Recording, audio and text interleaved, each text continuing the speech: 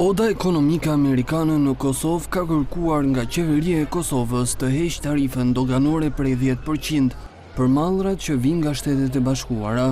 Kjo kërkesë është bërë pas vendimit të presidentit amerikan Donald Trump për të vendosur një tarifë prej 10% për importet nga të gjitha shtetet, duke përfshirë Kosovën dhe vende të tjera të Ballkanit Perëndimor. Arjan Zeka, kryetari i Odës ekonomike amerikane në Kosovë, është shprehur se ky vendim do të ndikojë negativisht në aftësinë e eksportuesve kosovar dhe do të zvogëlojë konkurrencën e produkteve kosovare në tregun amerikan. Ai shtoi se nëse Kosova e heq tarifën për produktet amerikane, mund të shpresojë që SBA-ja do të ndjekë të njëjtën rrugë. Radio Europa e Lirë shkruan se ka kërkuar nga qeveria e Kosovës dhe Ministria e Tregtisë të përgjigjen për këtë çështje, por ende nuk ka marrë ndonjë përgjigje. Dhoma e Tregtisë dhe Industrisë në Kosovë ka shprehur shqetësim lidhur me këtë vendim dhe ka kërkuar ndihmë për bizneset që do të preken.